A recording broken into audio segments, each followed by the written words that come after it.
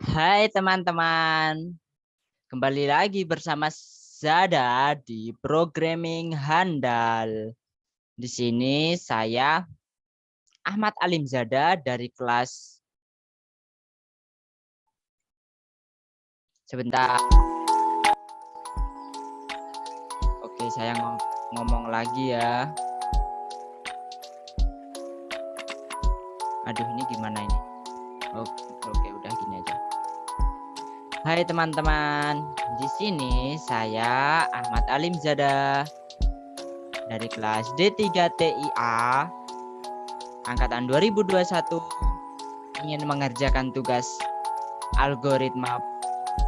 teori algoritma pemrograman yang UTS nih. Tugasnya kurang lebih hampir sama kayak yang kemarin, yaitu membuat video kurang lebih 30 menit.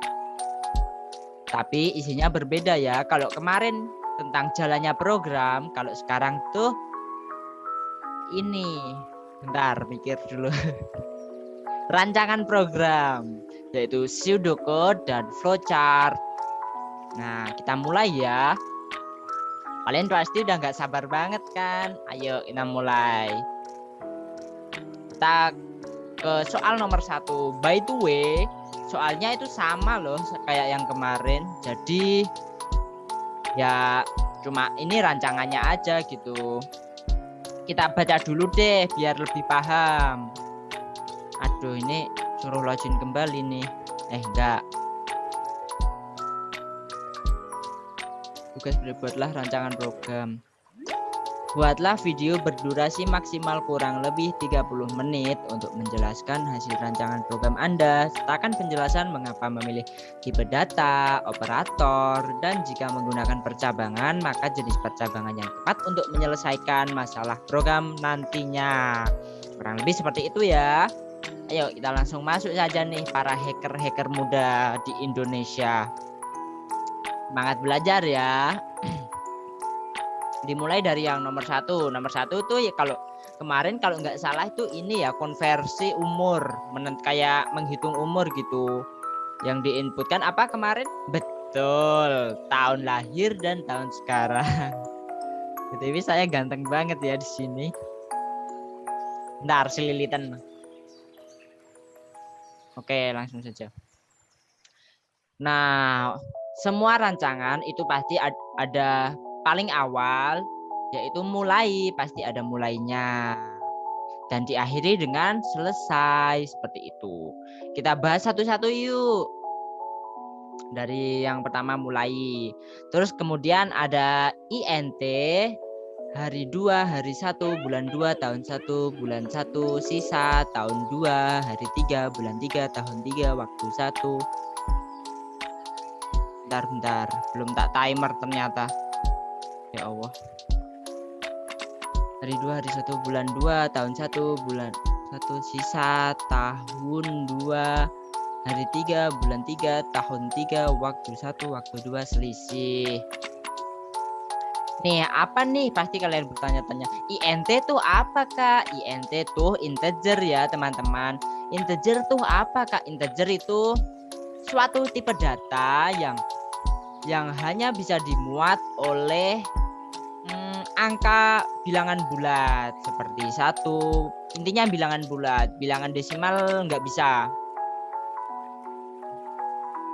nggak terbaca ya, maksudnya tidak terbaca seperti itu. Kemarin sudah saya singgung sedikit-sedikit ya di adik dan teman-teman, bapak-bapak, ibu-ibu. Nah, apa aja nih yang terdapat pada integer yang saya deklarasikan? Ini ada hari 1. Hari 1 itu ini ya, hari tanggal lahir maksudnya. Kemudian ada bulan 1 juga, ini kurang urut, mohon maaf sebelumnya. Terus bulan 1 itu bulan lahir, tahun 1 tahun lahir, hari 2 hari sekarang atau tanggal sekarang, bulan 2 bulan sekarang, dan tahun 2 tahun sekarang. Terus ada lagi tuh tahun 3, bulan 3, dan hari 3. Apa tuh, Kak? Nah, itu tuh untuk hasilnya ya. Untuk mendeklarasikan hasilnya nanti. Jadi kayak umur kita. gitu guys. Terus ada sisa, kemudian ada waktu 1, waktu 2, kemudian ada selisih. Itu bakal kakak jelaskan di nanti saja deh di pertengahan. Soalnya ini nanti sedikit menyinggung materi yang di tengah sini, di ini. Oke, kita lanjut dulu nih. Kemudian langkah ketiga yaitu input tahun, bulan, tanggal lahir. Seperti yang kemarin kakak sampaikan kepada kalian. Kurang lebih seperti itu ya. Kemudian yang keempat ada input tahun, bulan, tanggal sekarang. Ya mohon maaf sebelumnya pasti banyak yang bertanya nih. Apa itu pseudocode? Ini namanya pseudocode ya. Pseudocode. Nah, ada 2 jenis rancangan. Pseudocode itu merupakan salah satu rancangan dan satu rancangan lagi namanya flowchart yang nanti ada pada nomor 3 dan 4. Sebelum itu kita ini deh. Kita mencari definisi pseudocode biar kalian makin paham banget nih. Aduh, ini kok kepencet ini ya. Pseudocode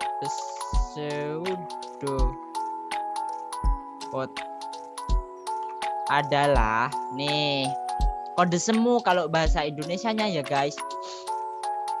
Kode semu atau dalam bahasa Inggris lebih dikenal sebagai pseudocode merupakan deskripsi tingkat tinggi, informal, dan ringkas atas algoritme pemrograman komputer yang menggunakan konversi struktural atau suatu bahasa pemrograman dan ditunjukkan untuk dibaca oleh manusia dan bukan oleh mesin. Nah, kalau notulensi dari kakak sih menurut kakak ini ya kayak suatu rancangan yang lebih mudah yang nantinya akan diterapkan pada program yaitu codingan.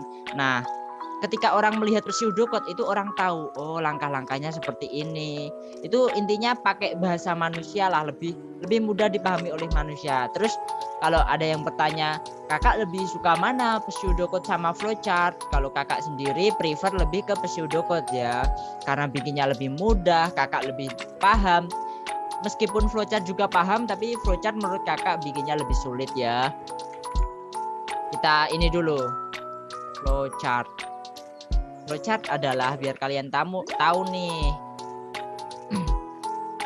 diagram alir kalau di bahasa Indonesia ya guys, agak aneh emang.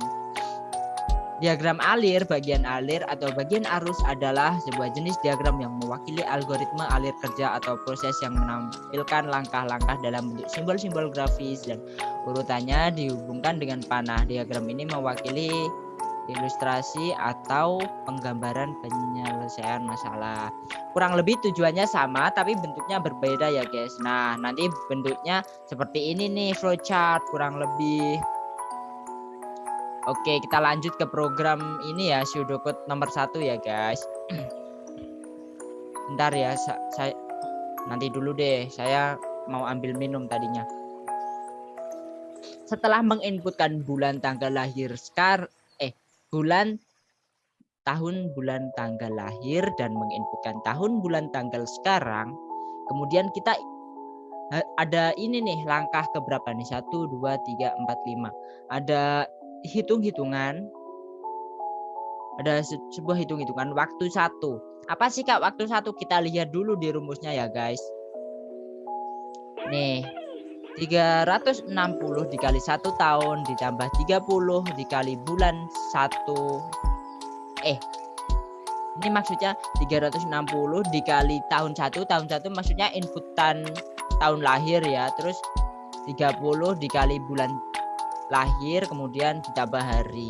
Waktu 1 ini untuk menghitung berapa sih ini gini nih tahun lahir, berapa sih total hari pada tahun lahir kita, ngerti nggak tuh? Kayak misalkan aku lahir pada 26 April 2002. Nah waktu 1 ini untuk menghitung ada berapa hari pada gimana ya, ada berapa hari gimana ya, bagaimana jika dikonversikan ke hari, yaitu 2002 bulan 4 dan 26. Nah Langsung saja kita coba hitung manual deh. Semoga aja kalian paham. Mohon maaf ya, kakak menjelasinya agak kurang ini ya, agak sulit menjelasinya. Kalau kalian belum paham mungkin bisa langsung tanya aja ke Instagram kakak @teluranda tuh. Nah, coba kita hitung. Tadi ini kan kita coba tulis di bawah ya, di sini. Tadi kan ini 26 bulan 4 2002. Nah, 26 kita balik aja deh biar enak. Soalnya hitung-hitungannya dibalik ya guys. 2002 bulan 4 26. Kita masukkan rumus. 360 dikali tahun 1 atau tahun lahir kita berarti 360 dikali 2002. Berapa tuh? Banyak banget ya pastinya. Kakak aja sampai buka kalkulator. Benar. Biar ini ya, biar nggak riweh kalau kata bapak saya mah. Nggak ribet gitu. 2002 dikali, kalian udah ada yang bisa hitung manual nggak? Hebat banget sih kalau kalian bisa hitung manual. Kakak sih wegah ya. Nah, 7.200 720 720.720. Wow. Kemudian untuk bulannya ini kan ditambah ya. Nah, ditambah ya. Untuk bulannya 30. Sebelumnya kakak jelasin dulu ya. Mohon maaf ini tadi agak terlambat. Kenapa ini angkanya 360 Kak? Kenapa di sini 30 Kak? Nah, itu bisa kakak jelasin kenapa 360? Karena dalam 1 tahun itu ada 360 hari guys. Jika ada jikanya ya. Jika diasumsikan 1 bulan ada 30. Kita hitung deh. Kan 1 tahun ada 12 bulan. 12 bulan kali 30 360. Nah, gitu. Kalau 30 kali bulan lahir ini 30-nya dari 1 bulan ada 30 hari. Nah, gitu guys. Kemudian 4 dikali 30. Ini mah gampang, 120 ya. Terus ditambah 26 yaitu tanggal lahirku guys. Hasilnya berapa tuh? Kita sama dengan dulu. Tambah 120. Bentar. Tambah 26. Hasilnya sama dengan 720 866. Nah, ini guys. Kemudian bentar, kakak mau kok. Kakak ambil minum dulu deh. Maksudnya saya Ahmad Alimzada. Bentar ya Bapak Bayu.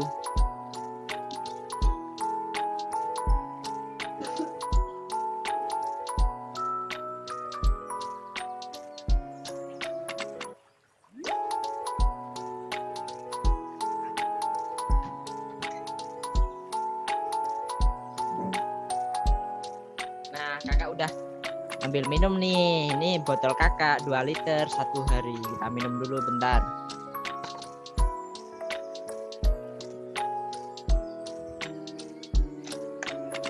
Nah, kita lanjut. Maaf Bapak Bayu, saya tadi agak mukok.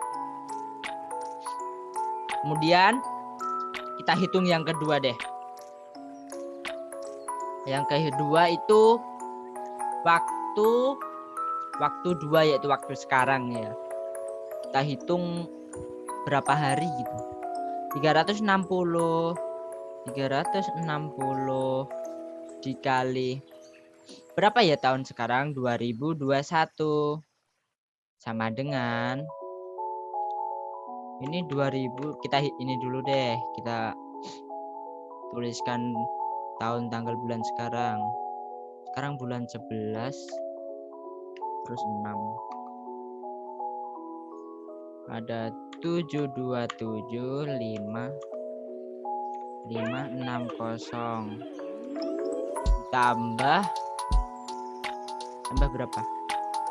Sekarang bulan 11 dikali 30 tambah 11 dikali 30. Aduh, sorry guys. 30. Aduh, 11 kali 30. Maaf guys, nge-lag guys. 33 kah? 330 kah? 11 kali 30. Benarkah? Semoga benar ya. 11 kali 30 kemudian ditambah 6. Tambah 6. Hasilnya adalah di sini. Hasilnya 727 dikali bukan 896. Hasilnya adalah segini. Nah, kemudian setelah itu ada ini guys, ada rumus lagi di sini nih, yaitu selisih. Kita memberikan rumus pada selisih. Selisih yaitu rumusnya waktu 2 dikurangi waktu 1 guys. Kenapa begitu? Karena waktu 2 yaitu tahun sekarang dan dikurangi waktu 1 yaitu tahun lahir kita. Nah, kurang lebih seperti itu ya, agar bisa dapat nih berapa umur kita sebenarnya. Apakah kita tua atau tidak ya. Bentar. Kemudian selisih. Kita clear, berarti 727 896 dikurangi 720 866. Kita copy aja ya. Dikurangi. Wah, ini agak lama ya menjelaskan nomor 1 saja. Nah, sama dengan 7030. Nah, hasilnya ini nih. Berarti saya sudah ada di dunia ini yaitu 7030 hari. Wah, lama enggak tuh? Lumayan sih ya. Apakah saya bisa dikatakan tua, Bapak Guru? Semoga saja belum. Kemudian ada lagi nih, tahun 3. Wah, saya sepertinya kalau menjelaskan satu persatu ini ya agak lama ya. Soalnya saya cuma punya waktu 30 menit dan harus menyelesaikan 4 soal guys. Mohon maaf ya, mungkin saya agak sedikit lebih cepat. Kita jelaskan saja deh. Tahun 3 yaitu berapa tahun gitu, untuk menentukan berapa tahun kita ini. Kan ini masih dalam bentuk waktu nih, selisih. Nah, agar bisa kita bisa menemukan ada berapa tahun, kita pakai rumus tahun 3 yaitu selisih dibagi 360. Nah, ada berapa tuh? Selisih dibagi 360 sama dengan dibagi 360. Yaitu ada 19 koma lah. Karena ini integer, jadi komanya tidak dihitung ya guys. Nah, itu dia hebatnya. Jadi kita bisa tahu gitu, ada tepat berapa tahun gitu. Karena komanya itu untuk diikutkan ke bulan dan harinya. Kemudian kita ada rumus lagi sisa. Sisa yaitu sisa dari kan tadi dari selisih, dari tahun 3. Kan selisih dibagi 360 masih memiliki sisa. Nah, kita hitung deh sisanya di sini. Yaitu selisih modulus 360. Nah, itu bakal kelihatan sisanya ada berapa. Setelah itu kita baru bisa menghitung bulan 3 karena sisanya udah kelihatan. Jadi kita hitung bulan 3 yaitu sisa dibagi 30 yaitu 30 hari karena 1 bulan ada 30 hari. Kemudian ada hari 3 yaitu sisa modulus 30. Itu bisa menemukan berapa hari berapa hari. Untuk intinya kurang dari 30 hari gitu. Kemudian di sini ada output yaitu tahun 3, bulan 3 dan hari 3. Selesai programnya. Output adalah ini ya hasil program kita ya, kayak outputnya gitu. Kan ini tadi ada input kemudian ada output gitu. Kenapa saya memilih integer? Nah, itu dia karena supaya bisa digunakan dalam modulus guys. Kalau nggak pakai integer nanti komanya kelihatan, misalkan pakai double atau float gitu. Oke, setelah itu kita lanjut ke soal nomor 2 ya. Bentar, saya minum dulu. Hampir mukok nih.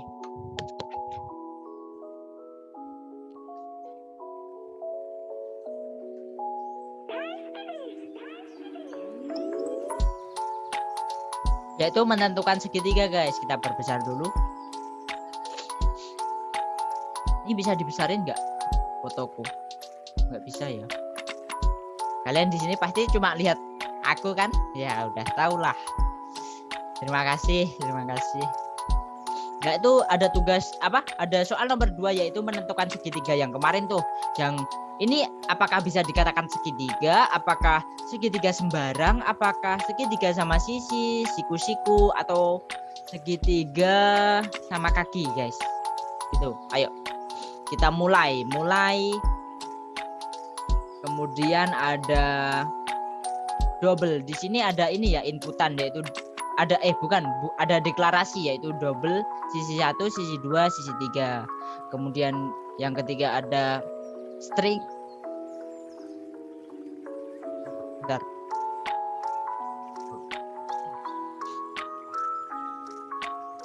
Tipe data.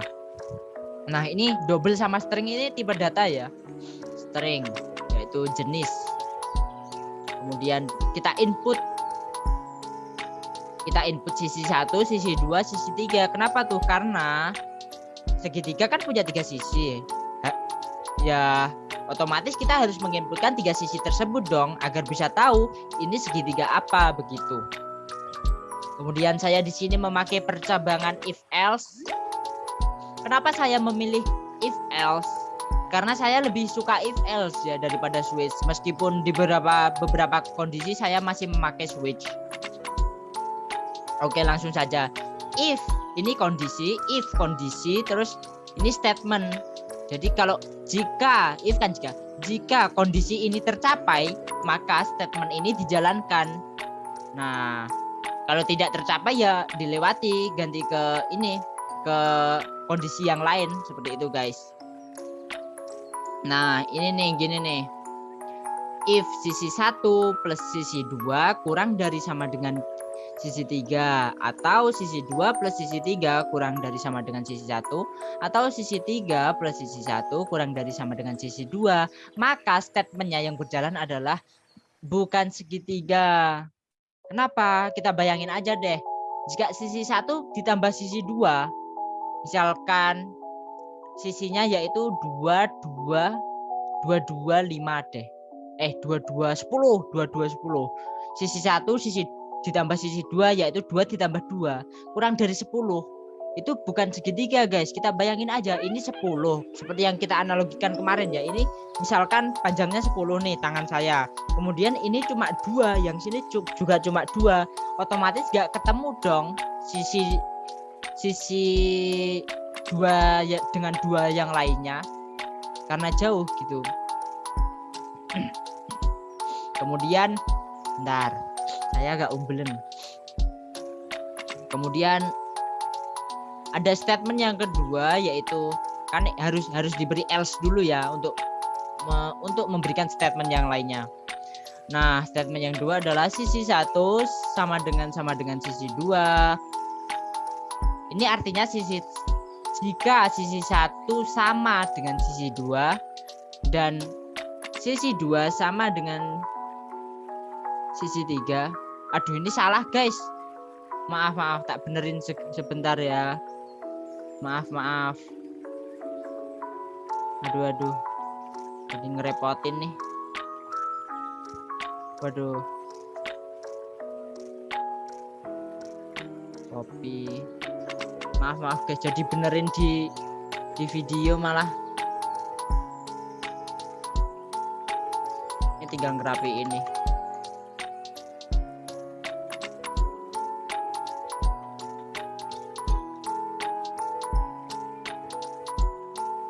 Mana lagi ya?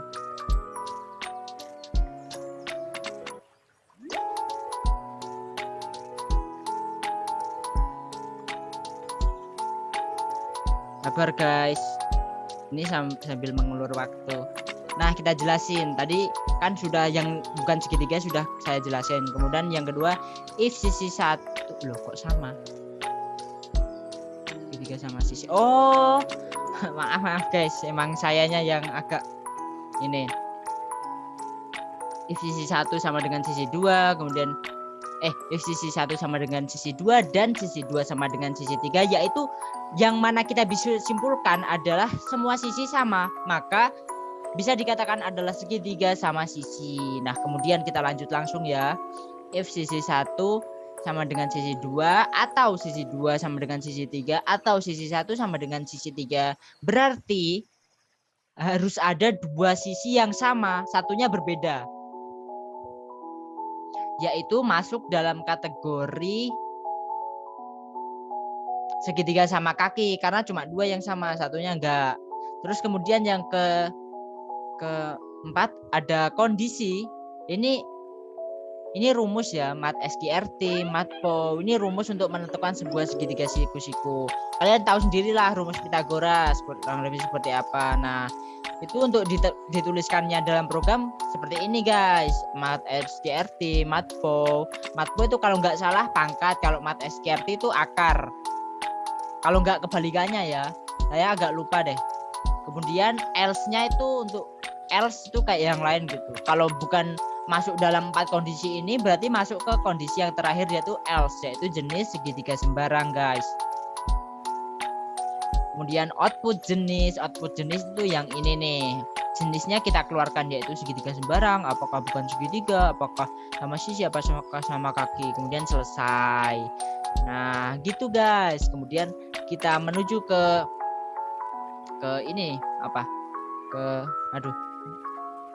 dan save lah ya, ke soal nomor 3.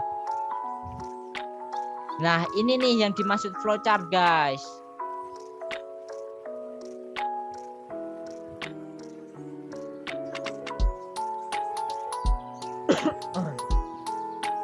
Langsung ini awal, ini cara scroll ke bawah gimana ya? Oh gini, ntar muka.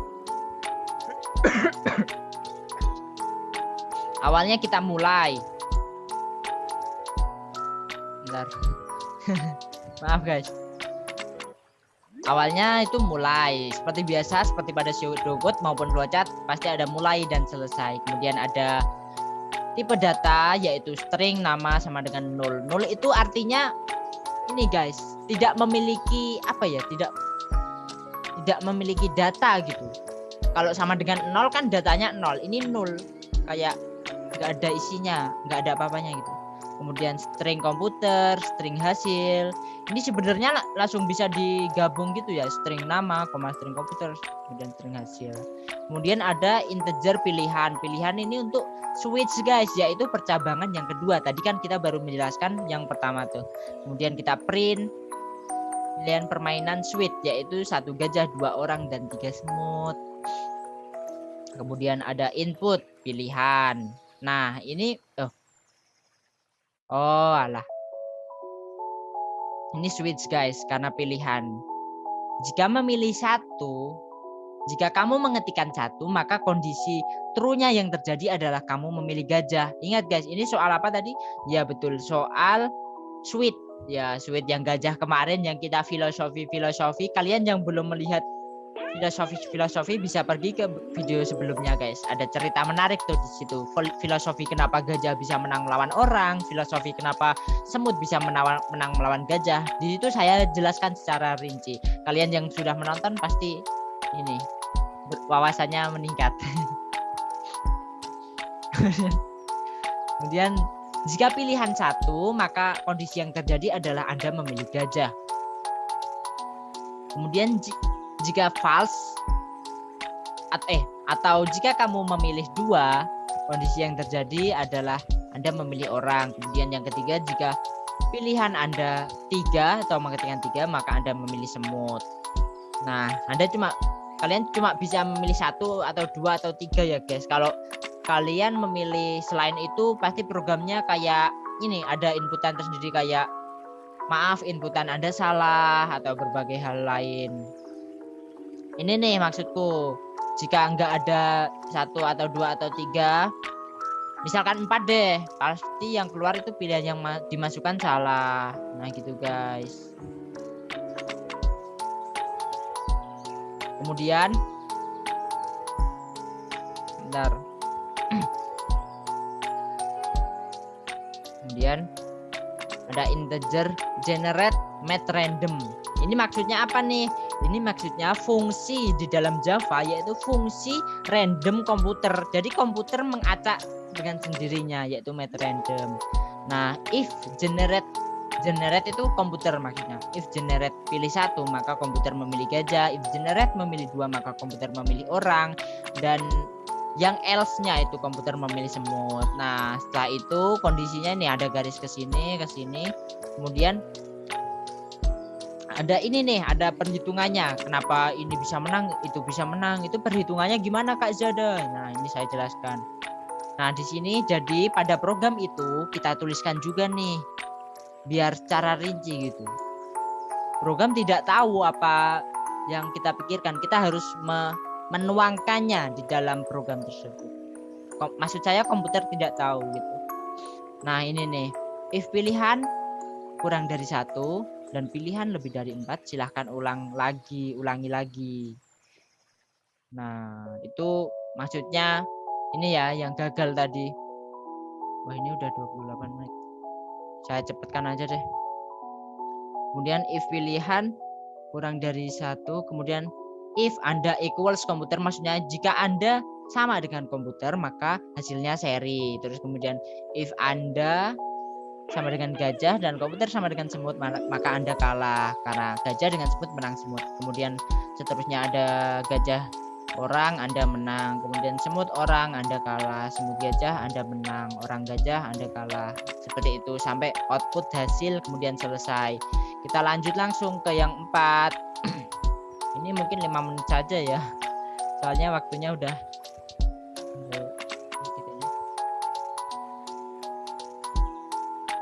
nah jadi pertama mulai.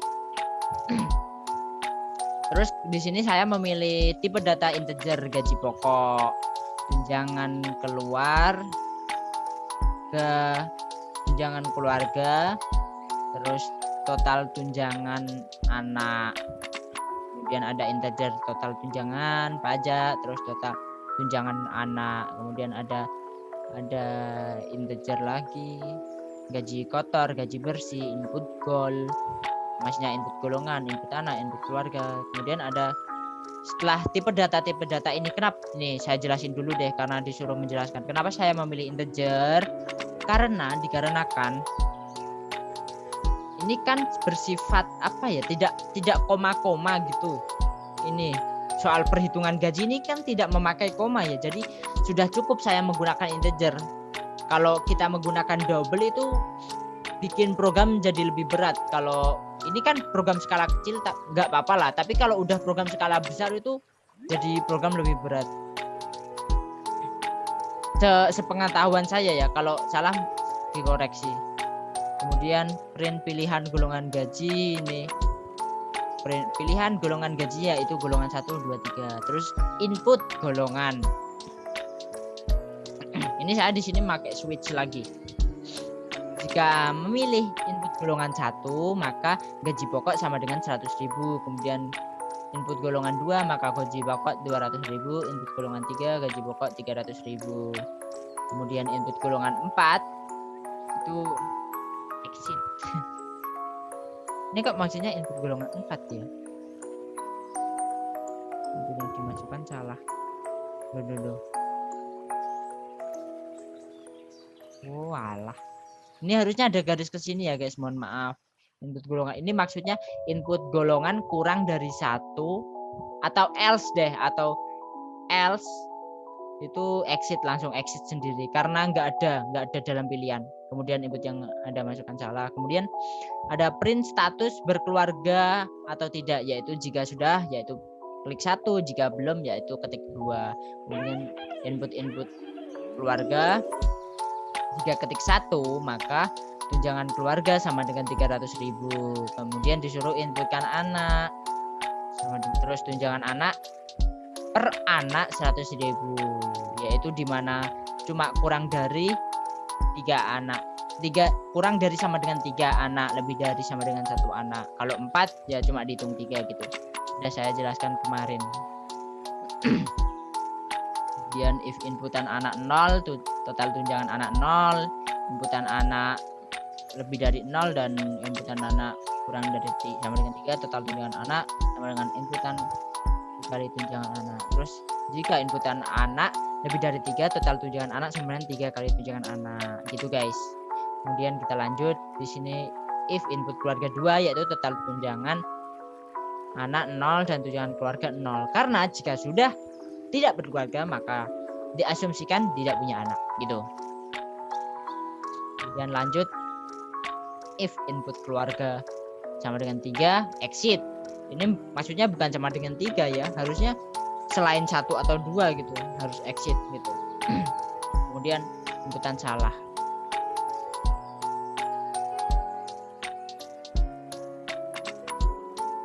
Nah, untuk yang ini tadi larinya ke sini nih, total tunjangan sama dengan total tunjangan anak ditambah tunjangan keluarga. Kayak perhitungannya gitu, guys. Kemudian aja gaji kotor, karena kita disuruh menghitung gaji kotor untuk gaji kotor. Iya, kita disuruh menghitung gaji kotor. Sama dengan gaji pokok plus total tunjangan. If input golongan 3 dikenai pajak 2%, yaitu pajak sama dengan gaji kotor dikali 2 dibagi per 10. Kemudian jika selain 3 pajaknya 0. Kemudian gaji bersih sama dengan gaji kotor min pajak itu guys. Kemudian output gaji bersih, selesai gitu. Terima kasih teman-teman.